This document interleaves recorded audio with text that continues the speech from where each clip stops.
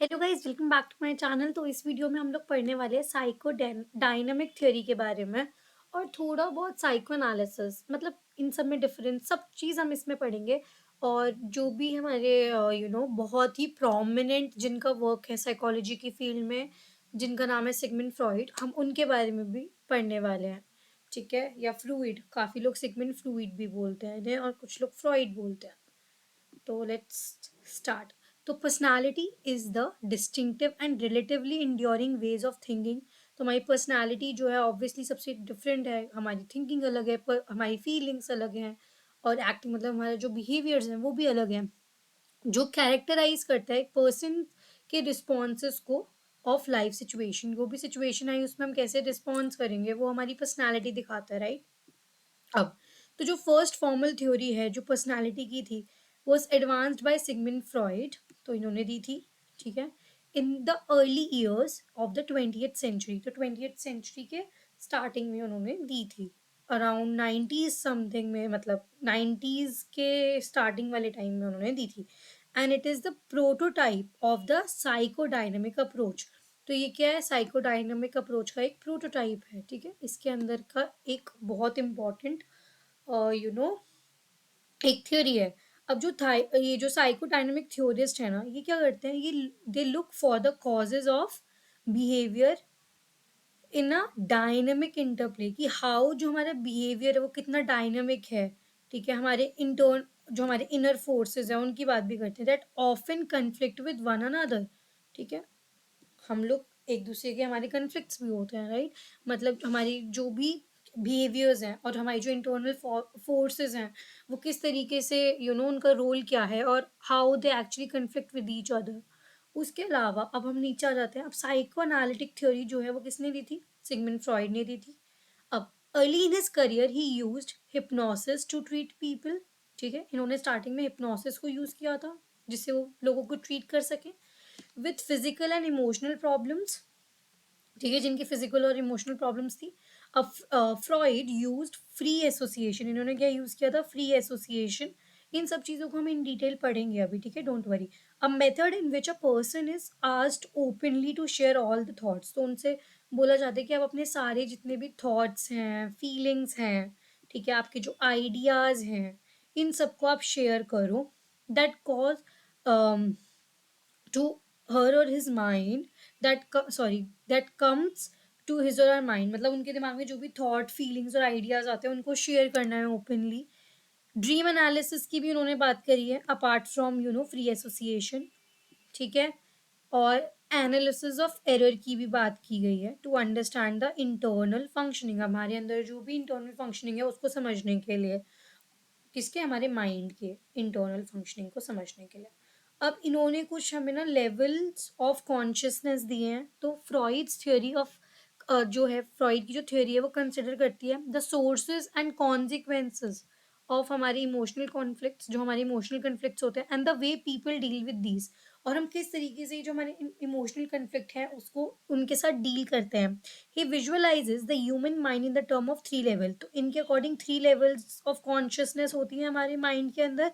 पहली होती है कॉन्शियस। अब इसके अंदर क्या होता है, इसके अंदर हमारे थॉट्स, फीलिंग्स और एक्शंस होते हैं जिनके बारे में इंसान को पता है कि आज मैंने क्या खाया, तो I am conscious about it, ठीक है। मतलब मैंने अभी क्या खाया, वो हो गया हमारा कॉन्शियस, कि हमें पता है कि क्या हो रहा है, ठीक है। अभी मेरे सामने सपोज एक लैपटॉप है, तो you are aware of it, right. So अब हो गया प्री कॉन्शियस। तो इसमें क्या, इट इंक्लूड्स मेंटल एक्टिविटी। इसके अंदर होती है mental activity which people may become aware only if they attended closely. मतलब अगर उन्होंने उस इंफॉर्मेशन पे ज्यादा अच्छे से ध्यान दिया तो ही वो उसको याद रख पाते हैं, ठीक है।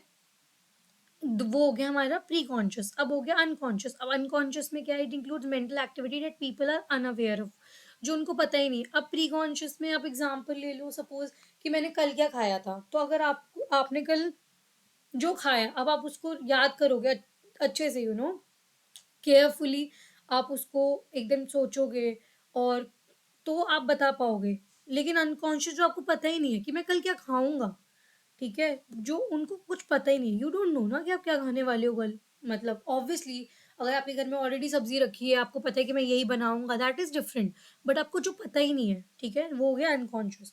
According to Freud, the unconscious is a reservoir, ठीक है। जो हमारा अनकॉन्शियस है वो क्या, रिजर्वॉयर है ऑफ इंस्टिंक्टिव और एनिमल डिजायर्स। तो हमारे डिजायर्स मतलब ड्राइव्स, ठीक है। तो हमारे क्या कहते हैं, फ्रॉइड ने बहुत बार डिजायर्स की भी बात की है, ठीक है। जर्नली इन्होंने सेक्सुअल इंस्टिंक्ट्स की बात की हुई है, वो हम आगे पढ़ेंगे। बट वैसे अगर देखा जाए तो ये रिजर्वायर है किस चीज़ का, हमारे इंस्टिंक्टिव और एनिमल ड्राइव्स के बारे में। It also stores all ideas. तो हमारे जो अनकॉन्शियस है वो क्या क्या स्टोर करता है, हमारे आइडियाज, कि हमारे क्या आइडियाज हैं, हमारी क्या विशेज हैं, that are concealed from conscious awareness. हमारे कॉन्शियस अवेयरनेस से कंसील्ड है, perhaps because they lead to psychological conflicts. क्योंकि इनमें अगर कोई भी डिस्टर्बेंस है, इम्बैलेंस है, तो उससे क्या होता है, साइकोलॉजिकल कन्फ्लिक्ट्स होते हैं। और ये most of these arise from sexual desires. See आ गया ना, अब देखो यहाँ पे ड्राइव्स था और यहाँ डिजायर है। सेक्सुअल ड्राइव से हमारे कॉन्फ्लिक्ट्स होते हैं which can not be expressed openly, because Freud का ये मानना था कि जो भी हमारे सेक्सुअल डिजायर्स होते हैं हम उसको ओपनली एक्सप्रेस नहीं कर सकते। तो क्या हम उन्हें रिप्रेस कर देते हैं। तो रिप्रेस करने की वजह से साइकोलॉजिकल कन्फ्लिक्ट होते हैं। अब उन्होंने ये एक आइसबर्ग मॉडल दिया था, ठीक है, आइसबर्ग डायग्राम ऑफ फ्रॉइड। अब ये थोड़ा ना ये पीडीएफ बनाने पर थोड़ा लाइट हो गया। तो ये जो आपको वेव दिख रही है, ये एक वो है, क्या कहते हैं, एक सी मान लो आप, ठीक है, वाटर है। ये आइसबर्ग जितना ऊपर दिख रहा है और ये नीचे है। तो हमें जो जो हमें दिख रहा है, या मतलब कोई अगर यहाँ पे सपोज कोई है, उसको जो दिख रहा है, जो जिसके बारे में वो अवेयर है, दैट इज कॉन्शियस, ये सन है, ठीक है। और ये प्री कॉन्शियस, कि हल्का सा उसने अंदर देखा तो उसको दिख रहा है। और अनकॉन्शियस जो उसको पता ही नहीं है, अनअवेयर ही नहीं, मतलब अनअवेयर है जिसके बारे में, बहुत डीप में है, सी दिख रहा है आइसबर्ग। और यहाँ पे एक डिस्टिंक्टिव लाइन बनाई हुई है, ठीक है, और एक यहाँ पे भी लाइन बनाई हुई है। This is ego, id and super ego. इनके बारे में भी अभी हम पढ़ेंगे नेक्स्ट में, ठीक है। तो ये है हमारे कौन कौन से, consciousness, preconscious and unconscious. अब structure of personality, id, ego और सुपर ईगो के इंटरप्ले में होता है, ठीक है। ये हमारा structure of personality. So now we will understand the difference between id, superego and ego. ये मेरे पर्सनल नोट्स हैं जो बहुत हेल्पफुल रहे हैं मुझे। तो आई होप आपको सब चीज़ समझ आ रही हो इसमें, ठीक है। तो सबसे पहले आएगा id. What is id? Id क्या है? सोर्स ऑफ पर्सन की intellectual energy, sorry instinctual energy, ठीक है। जो हमारे इंस्टिंक्ट कह रहे हैं, सपोज आप एक क्लास में हो and you want to eat a chocolate, तो आपके इंस्टिंक्ट ने कहा कि मेरे को चॉकलेट खानी है और आपने खा ली, दैट इज योर इड, ठीक है। It deals with immediate satisfaction और ग्रेटिफिकेशन। तो मतलब आपने खा ली तो आपको इंस्टेंटली जो भी आपको ग्रेटिफिकेशन मिली, सेटिस्फैक्शन मिली, बिकॉज आप वही करना चाहते थे, ठीक है। Gratification of primitive needs, okay, sexual desires and aggressive impulses, ये अकॉर्डिंग टू फ्रॉइड है। ये मैं सुपर ईगो और ईगो में जो डिफरेंस है ना, उसको मैं चॉकलेट वाले एग्जांपल से समझाने वाली हूँ। अब वर्क्स ऑन प्लेजर प्रिंसिपल, ये किस पे, प्लेजर प्रिंसिपल पे वर्क करता है। उसको भूख लगी, उसको चॉकलेट खानी थी, उसने खा ली, ठीक है। तो इसमें हम चाइल्ड लाइक होते हैं, कैसे होते हैं, चाइल्ड लाइक बिहेवियर होता है इसमें। तो प्लेजर प्रिंसिपल पे वर्क करता है, ये बहुत इंपॉर्टेंट है, ठीक है। इट जो है, ये केयर नहीं करता कि क्या मॉरल वैल्यूज हैं, क्या सोसाइटी कहेगी, या कुछ भी। जो आपका मन किया आपने कर दिया, जज्बाती होकर, समझ रहे हो आप। तो if it feels good, do it. तो अगर आपको लगता है कि ये सही है तो कर दो, ठीक है, सोचना नहीं है ज़्यादा। तो ये डिमांडिंग होता है और अनरियलिस्टिक होता है, ठीक है। अब सुपर ईगो पे आ जाते हैं। What is super ego? अब ये moral branch of mental functioning है, ठीक है, और है ईगो। तो हम पहले ना ईगो पढ़ लेते हैं पहले, फिर इससे और अच्छे से समझ आएगा, ठीक है। It grows out of it. अब इड से क्या आता है, ईगो आती है, एंड सीक्स ग्रेटिफिकेशन या सेटिस्फैक्शन। इसमें भी सेटिस्फैक्शन मिलती है। अब कैसे, ये क्या है, an individual instinctual needs in according with reality, कि आप रियलिटी में काम कर रहे हो, कि भाई ऐसा करते हैं, let's ask ma'am if I can eat it, okay. Ma'am से पूछ लेते हैं, मैम मैं क्या खा सकता हूँ, और खा ली। तो इट जैसे यहाँ पे एक बच्चे की तरह होते हैं ना, कि प्लेजर प्रिंसिपल पे काम करते हैं, यहाँ पे आप रियलिटी प्रिंसिपल पे काम करते हो, ठीक है। और ये कैसी बड़े भाई की तरह होती है। तो आप यहाँ पे रियलिटी प्रिंसिपल पे काम कर रहे हो, बड़े भाई जैसे आपको बता देते हैं ना कि आप ऐसे करो, मैम से पूछ लो और फिर खा लेना। तो it directs the it towards more appropriate way of behaving, क्योंकि ये ज़्यादा अप्रोप्रिएट वे है कि आपको कैसे बिहेव करना चाहिए, ना कि बस आपका मन किया और आपने खा लिया। अब इसके अंदर क्या है, patience, reasonable and works by reality principle. तो किस पे, रियलिटी प्रिंसिपल पे काम करता है। ये क्या, एग्जीक्यूटिव डायरेक्टर भी इसको बोलते हैं, एग्जीक्यूटिव डायरेक्टर। अब आ जाते हैं सुपर ईगो। अब जैसे यहाँ चाइल्ड था, यहाँ बड़ा भाई था, यहाँ आ गया भाई पेरेंट्स। अब पेरेंट्स तो आपको ये कहेंगे ना कि अगला पीरियड सपोज लंच है तो आप लंच में ही खाना। तो this is moral principle, it works on moral principle. It is the moral branch of mental functioning. ठीक है, मेंटल फंक्शनिंग की मोरल ब्रांच है। It tells the id and ego whether gratification in a particular instance is ethical। कि भाई तुम्हारा मन तो कर रहा है, तो ये क्या कहेगा दोनों को कि तुम मत करो, ठीक है, आप एक, ये एथिकल नहीं है, it is not according to your morals, right. हमें नहीं खाना चाहिए क्लास के बीच में, लंच ब्रेक आएगा तभी खाएंगे, ठीक है। It helps to control it by internalising the parental authority. हमारे अंदर हमारी सुपर ईगो प्रेजेंट होती है जो हमें कहती है कि नहीं अभी हम नहीं खाएंगे, हमें तभी खाएंगे जब लंच ब्रेक होगा, ठीक है। और ये कैसे डेवलप होती है, सोशलिज्म के थ्रू। हमारे पेरेंट्स ने हमें सिखाया है, जो भी सोशल नॉर्म्स है, जो हम मतलब जो भी हम इंटरैक्ट किया है अपने सराउंडिंग्स से, तो हमने वो चीज़ें सीखी हैं।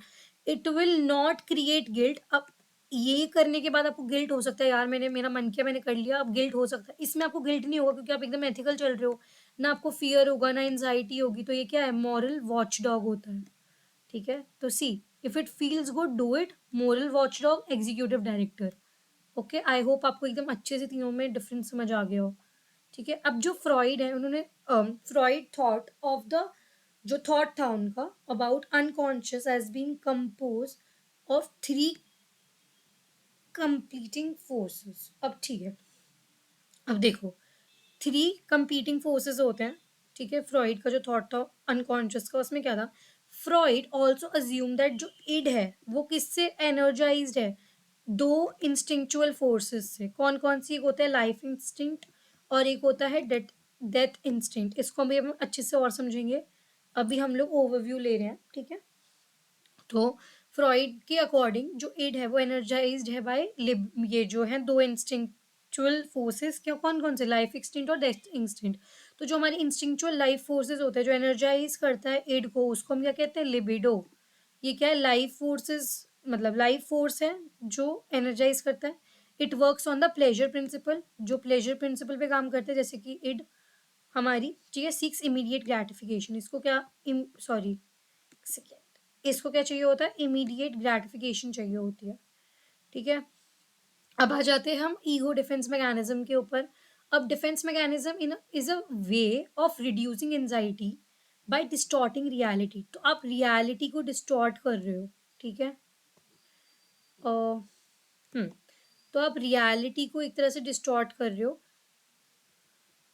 जिससे आपकी जो एंजाइटी है वो रिड्यूस हो जाए। This is defence mechanism. Although some defence against anxiety is normal and adaptive, people who use these mechanism, जो यूज करते हैं मैकेनिज्म को to such an extent that reality is truly distorted.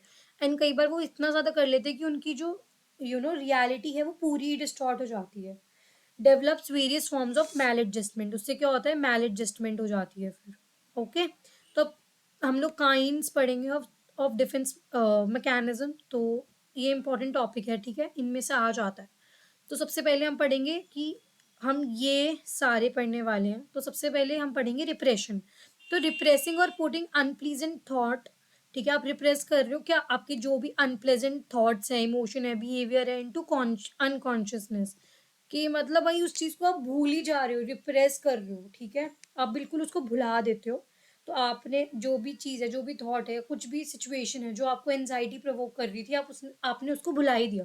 तो ये आपका डिफेंस मैकेनिज्म है, ठीक है, आप उस रियलिटी से अवे हो रहे हो, राइट। अब आ रहा है रिग्रेशन। अब रिग्रेशन और रिप्रेशन देखो बहुत सिमिलर है, तो इनमें डिफरेंस समझ के याद रखना इज इम्पॉर्टेंट। अब रिग्रेशन में क्या है, इस स्टेट में क्या होता है, reverting back to the previous stage. आप प्रीवियस स्टेजेस ऑफ लाइफ में चले जाते हो टू एन इमेच्योर बिहेवियर, आप इमेच्योरली बिहेव करने लग जाते हो, ठीक है। Immature behaviour events from earlier stage, जैसे कि थंब सकिंग करने लग गए। आपने देखा होगा ना, काफी लोग जब ज्यादा टेंशन आ जाती है वो ऐसे थंब सकिंग करने लग जाते हैं, बिल्कुल। तो वो अपने जो इनिशियल स्टेजेस होता है, ठीक है, उसमें पहुंच जाते हैं अपनी डेवलपमेंट के। अब होता है डिस्प्लेसमेंट। आप डिस्प्लेस कर रहे हो अपनी एंजाइटी को किसी और चीज में, ठीक है। मतलब सपोज इसका एग्जाम्पल देखो कि अगर एक आदमी है, उसके बॉस ने उसे डांट डूट दिया, तो वो घर पे आके अपनी वाइफ पे वो गुस्सा निकाल रहा है। तो आप क्या कर रहे हो? रीडायरेक्ट कर रहे हो, ठीक है। रीडायरेक्टिंग अनएक्सपेक्टेबल फीलिंग जो आप एक्सेप्ट नहीं कर पाए फ्रॉम ओरिजिनल सोर्स, उसका बॉस सोर्स था, टू सेफर टारगेट, उसकी वाइफ, और अ सब्सटीट्यूट, ठीक है। समझ गए? अब आ जाता है सब्लिमेशन। अब सब्लिमेशन भी इंपॉर्टेंट है। इसमें क्या करते हो आप? रिप्लेस करते हो सोशली अनएक्सेप्टेबल जो आपके इम्पल्सेस हैं, ठीक है, विथ सोशली एक्सेप्टेबल बिहेवियर, ठीक है। तो आपने जो आपको एक्सेप्टेबल नहीं था जो भी चीज़, ठीक है, सपोज जैसे मैंने यहाँ पे देखो एग्जाम्पल लिख रखा है, तो अगर आप किसी का ब्रेकअप हो जाता है तो वो बहुत जिम जाने लगता है, मतलब अपना ध्यान बटा रहा है। तो उसमें क्या है कि आप एक सोशली अनएक्सेप्टेबल अर्ज को, ठीक है, एक सोशली एक्सेप्टेबल बिहेवियर में कर देते हो। इसका एग्जाम्पल जैसे कि एक बच्चा है, सपोज राम, जो बहुत ज्यादा एग्रेसिव है, becomes a professional hockey player, ठीक है। मतलब अपना गुस्सा कहीं और डाइवर्ट कर रहे हो आप अपनी चीजों को, तो this is sublimation. All right. अब आ जाते हैं हम रिएक्शन फॉर्मेशन में। अब इसमें क्या होता है?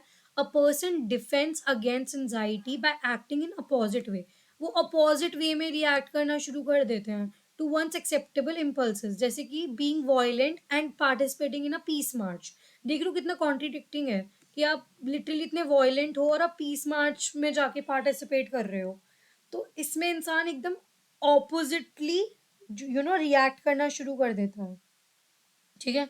जैसे कि Matt is unconsciously attracted to Ben but outwardly voice is an extreme hatred of homosexuals.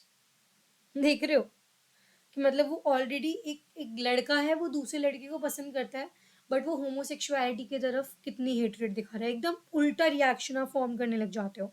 फिर होता है प्रोजेक्शन। इसमें क्या है? People attribute to their own traits, अपने खुद के ट्रेट्स दूसरों पे दिखाने लग जाते हैं to others. Example, a person who has strong aggressive tendencies, जिसकी एग्रेसिव टेंडेंसी है, may see others people as acting in excessively aggressive way towards him, कि भाई तुम लोग मुझ पे गुस्सा दिखा रहे हो, मैं नहीं दिखा रहा, ठीक है। तो दिस इज प्रोजेक्शन, ठीक है। अब जैसे कि Sita is attracted to her sisters, not Sita, wait, कोई और नाम लेते हैं। Suppose Kiara is attracted to her sister's husband but denies this and believes the husband is attracted to her, ठीक है। वो बिलीव, समझ रहे हो कि वो डिनाई कर देगी उस चीज को, और वो बिलीव करेगी कि हस्बैंड उस पर अट्रैक्टेड है, ठीक है। अब denial, a person totally refuse, वो रिफ्यूज ही कर देता है एक्सेप्ट करने के लिए क्या जो भी रियलिटी है उसको, ठीक है। कि मैं सपोज किसी को कैंसर है, वो मानेगा ही नहीं कि भाई मुझे है, ठीक है। तो अब हम आ जाते हैं अब इसका एग्जाम्पल डिनाइल का। Ben is an alcoholic who denies being an alcoholic, वो डिनाई कर रहा है। अब आ जाता है रैशनलाइजेशन। इसमें क्या है? If I don't have breakfast I can have the piece of cake later on without hurting my diet, ठीक है। अब इसमें क्या है? A person tries to make false excuses, वो फॉल्स एक्सक्यूजेस बनाने लग जाता है। Unreasonable feeling for one's own unacceptable thought, जिस चीज को लेके आप वो हो ही नहीं, मतलब रीजंस बना रहे हो, ठीक है, अपने थॉट बिहेवियर और फीलिंग के लिए। जैसे कि लकी पेन, कि मेरा ये लकी पेन पेन है, मैं इससे पेपर के लिखूंगा तो ही अच्छा होगा। तो इसमें क्या है? वो फॉल्स एक्सक्यूज बना रहे हैं कि भाई मेरे नंबर कम नहीं आए क्योंकि मैंने अपने लकी पेन से नहीं लिखा। तो आपने फॉल्स एक्सक्यूज बनाया, ठीक है, जो भी unreasonable feelings of once own unacceptable thought. आपके नंबर कम आए, आपने बोला क्योंकि मेरा लकी पेन से मैंने काम नहीं किया, ठीक है। या फिर इस वाले में जैसे हमने देखा कि if I don't have breakfast I can have the piece of cake later on without hurting my night, कि मतलब मैं ब्रेकफास्ट नहीं खा रहा, मैं इसलिए मतलब मैं केक खा रहा हूँ इसलिए मैं ब्रेकफास्ट स्किप कर रहा हूँ, तो वो न्यूट्रलाइज हो गया। तो अब स्टेजेस ऑफ पर्सनालिटी डेवलपमेंट ये बहुत इंपॉर्टेंट है, ये हम लोग लाइफ स्पेन डेवलपमेंट में पढ़ते हैं जर्नली, ठीक है। अब 5 stages theory of personality is known as psychosexual developmental stages, और एरिक्सन की भी स्टेजेस हैं, हमने पढ़ी है साइको सोशल डेवलपमेंटल स्टेजेस, उसकी वीडियो आपको मेरे चैनल पे मिल जाएगी, आप देख सकते हैं, ठीक है। According to Freud the core aspects of personality are established early, तो जितने भी हमारे कोर एस्पेक्ट होते हैं ना पर्सनालिटी के, वो स्टैब्लिश हो जाते हैं अर्ली इन आर लाइफ, और वो रिमेन रहते हैं, मतलब they remain stable through out life, हमारे पूरे लाइफ तक वो चलते हैं, and can be change with great difficulty, अगर उनको चेंज करना है ना तो बहुत डिफिकल्टी होगी उसको बदलने में। अब इनके अकॉर्डिंग जो हमारी पहली स्टेज ऑफ डेवलपमेंट है इस ओरल स्टेज, ये बर्थ से 18 महीने तक चलती है। इन्फेंट जो है वो अचीव करता है ओरल ग्रेटिफिकेशन, जैसे कि खाने से फीड करता है जब वो, थम सकिंग हो गया, बैबलिंग हो गया, बाइटिंग हो गया, इन सब चीज़ों से अ चाइल्ड सीक्स ग्रेटिफिकेशन, ठीक है। And infant in this stage satisfy their hunger by being breastfed, ठीक है। सो दे एसोसिएट प्लेजर विद माउथ, तो ये अपना जो यू नो प्लेजर है वो किससे एसोसिएट करते हैं, विद माउथ, ओके। तो this is very important and very first stage of developmental stages of Freud. अब सेकेंड इज एनल स्टेज, 18 महीने तक थी, इसके बाद 3 साल तक ये होती है। अब इसके अंदर क्या है, चाइल्ड लर्न्स टू रिस्पॉन्ड, वो रिस्पॉन्ड करता है और कंट्रोल करता है बॉडीली फंक्शंस को ऑफ यूरिनेशन एंड डेफिकेशन, ठीक है। अब इसके अंदर anal area of the body becomes the focus, अब एनल एरिया उनका फोकस बन गया है, ठीक है, of certain pleasurable feelings, of certain pleasurable feeling. अब इसमें क्या है, टॉयलेट ट्रेनिंग सिखाते हैं। अब अगर इस वक्त इनको अच्छे से वो टॉयलेट ट्रेनिंग सीख गए हैं, तो इसमें क्या है, एनल रिटेंशन, तो नीटनेस आ जाती है, फजी हो जाते हैं। और अगर एनल एक्सपल्सिव पर्सनालिटी भी बन सकती है, तो उससे क्या है, मेसी हैं, डिस्ट्रक्टिव हैं, ठीक है। ये है हमारी सेकेंड स्टेज ऑफ डेवलपमेंट। अब आ गया फैलिक स्टेज, अभी 3rd ईयर से 6 ईयर तक बच्चे को होता है, मतलब तो जब बच्चा तीसरी मतलब 3 साल का होता है, उससे 6 साल तक की उम्र में होता है। तो ये क्या है, इसमें ना बच्चा जेनाइटल्स पे फोकस आ जाता है, they became aware on sexuality and sexual relationship, कि उनकी क्या सेक्सुअलिटी है और क्या उनके सेक्सुअल रिलेशनशिप है। अब इसके अंदर हम 2 चीज़ पढ़ते हैं, ऑडिपस कॉम्प्लेक्स और इलेक्ट्रा कॉम्प्लेक्स, ठीक है। अब ऑडिपस कॉम्प्लेक्स क्या है, ये बॉयज़ में होता है, और इलेक्ट्रा कॉम्प्लेक्स गर्ल्स में होता है, ठीक है। मैंने ब्रेक डाउन करके पढ़ाती हूँ, इससे ना इन फिगर्स से या ये जो भी डायग्राम्स बनाती हूँ मैं, इनसे जर्नली याद रहता है, ठीक है। तो ऑडिबस जो है वो ग्रीक किंग थे, जिन्होंने अननोइंगली अपने फादर को मार दिया था, killed his father, and then married his mother, अपनी मदर से ही उन्होंने शादी कर ली थी। Boys get attracted towards the mother, तो ये अपनी मदर की तरफ अट्रैक्टेड हो जाते हैं, और या they show hostile behaviour to his father, तो अपने फादर को क्या हॉस्टाइल बिहेवियर दिखाए। अब ये उल्टा होता है क्योंकि गर्ल्स में होता है, तो अब similarly girls get affiliated towards father, अब फादर की तरफ एफिलिएटेड है and show hostile behaviour to her mother. अब इलेक्ट्रा कौन थी, ये ग्रीक कैरेक्टर था, who induced her brother to kill her mother, तो उन्होंने अपनी मदर को मार दिया था अपने ब्रदर्स के साथ मिलके, और वो क्योंकि वो एफिलिएटेड थी बाय हर फादर। अब लेटेंसी स्टेज आ जाती है, ये 12 साल तक की उम्र में होता है। The child continues to grow physically, अब इसमें बच्चा फिजिकली तो बढ़ता ही है, बट सेक्सुअल जो उसकी अर्ज होती है वो रिलेटिवली इनएक्टिव हो जाती है इस टाइम पे, क्योंकि वो फिजिकली बढ़ रहा है। Much of child energy is channelled into social and achievement related activities, अब वो इन सब चीज़ों में लग जाता है, ठीक है। ये उम्र उसकी वही होती है, तो सेम सेक्स फ्रेंड्स होते हैं इसमें, लेटेंसी स्टेज में पढ़ाई लिखाई में ध्यान आ गया है। अब जेनाइटल स्टेज, अब ये प्यूबर्टी आ गई वापस से, तो अब इसमें क्या है, मेच्योरिटी आ रही है।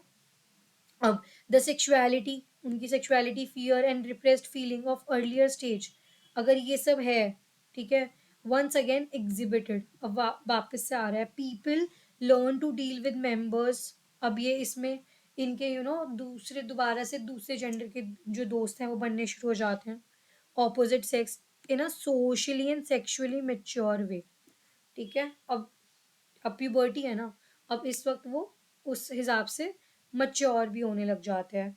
तो अब हम लोग पढ़ेंगे क्रिटिसिज्म। थोड़ा सा इनका क्रिटिसिज्म भी हुआ था। अब it was based on case studies, अभी केस स्टडीज पे था एंड साइंटिफिक बेसिस नहीं था। स्मॉल एंड एटिपिकल सैंपल्स जो थे उन्होंने यूज किए थे, ठीक है, एक जैसे ही थे ना सब, और छोट कम लोगों पे टेस्ट किया था। Concepts can not be tested scientific, ठीक है। अब सिर्फ मेल्स पे किया था, ठीक है, are used as a prototype of human behaviour. जबकि ऐसा नहीं है ना, ह्यूमन बिहेवियर को आप फीमेल भी देखोगे ना, जेंडर डिफरेंसेस भी होते हैं। तो after all this few post Freudian approaches came, तो अब जब ये क्रिटिसिज्म आया तो कुछ न्यू फ्रॉइडियन अप्रोचेस भी आई, जिनकी अलग से एक वीडियो बनाऊंगी, ठीक है, जिसको हम कहते हैं, सी यहाँ पे लिखा है न्यू एनालिटिकल अप्रोचेस या न्यू फ्रॉइडियन अप्रोचेस भी आए। अब इसके अंदर हमने कार्ल जंग के बारे में, कैरन हॉनी के बारे में, एल्फ्रेड एडलर के बारे में पढ़ेंगे। इनकी वीडियो भी आ जाएगी मेरे चैनल पे बहुत जल्द। क्या कहते हैं, एरिक फ्रॉम की, एरिक एरिक्सन एरिक्सन की वीडियो ऑलरेडी मेरे चैनल पर है। सो अब वेट, ये मेरे थोड़े से और नोट्स हैं। अब इसमें देखो, सिगमंड फ्रॉइड के बारे में थोड़ा सा बता रखा है कि वो फाउंडिंग फादर थे किसके, साइको एनालिसिस के, ठीक है। A method for treating mental illnesses and also a theory which explain human behaviour. अब जो फ्रॉइड हैं वो बिलीव करते हैं कि that event in our childhood have a great influence हमारे अडल्ट लाइव्स में एंड हमारी पर्सनैलिटी को शेप करने के लिए। अब इन्होंने अर्ली लाइफ ऑफ फ्रॉइड बताई है कि वो 1856 में बॉर्न हुए थे, town called Freiberg in Moravia in what is now known as चेक रिपब्लिक, ठीक है। उन्होंने मेडिकल डिग्री ली थी and began practicing as a doctor in Vienna. अब उनके बाद फ्रॉइड जो है went on to publish influential works in neurological, अब इसके अंदर मतलब न्यूरोलॉजी इंक्लूडिंग ऑन एफसिया। अब फ्रॉइड जो है उनकी family left Vienna due to discrimination against Jewish people. अब इनके खिलाफ वहाँ पे डिस्क्रिमिनेशन हो रहा था। He move to England in 1938 and died in 1939।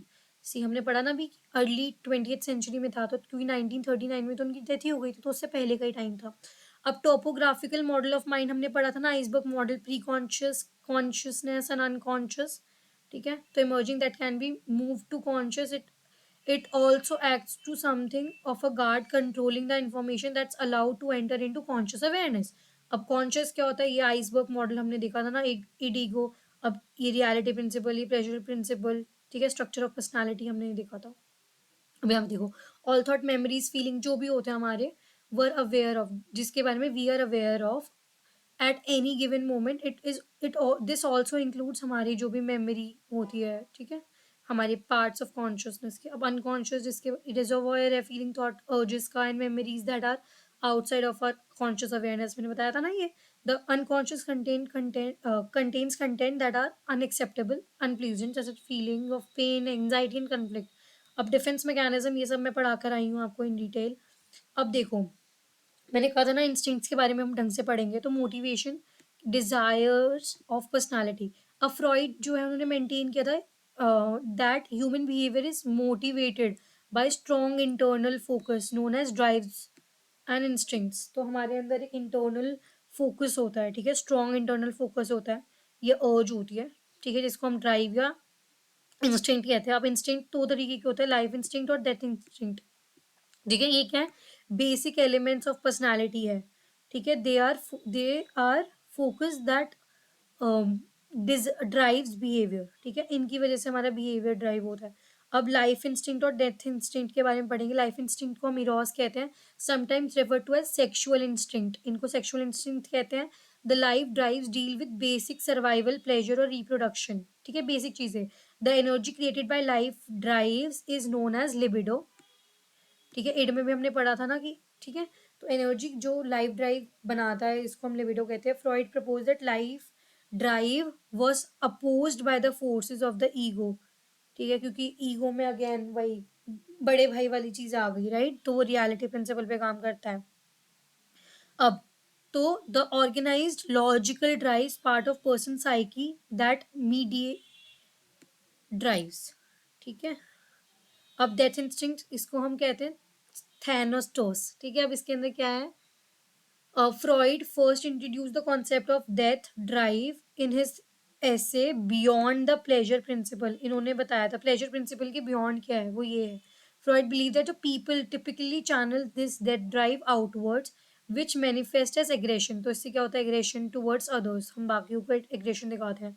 People can direct this drive inward. अंदर भी हो सकती है, जैसे outward थी. However, which can result in self harm or suicide. ठीक है. अगर आउटवर्ड हुआ तो एग्रेशन, और इनवर्ड हुआ तो मतलब वही सेल्फ हार्म करते हो. For example, he noted that soldiers returning from World War 1 tended to revisit their traumatic experience in dreams में आता था, rapidly to them back to combat. अब हमने ये पढ़ लिया है ऑलरेडी फ्रॉइड की साइकोसेक्सुअल डेवलपमेंट की स्टेजेस के बारे में, राइट. तो आई होप आपको सब कुछ समझ आ गया हो.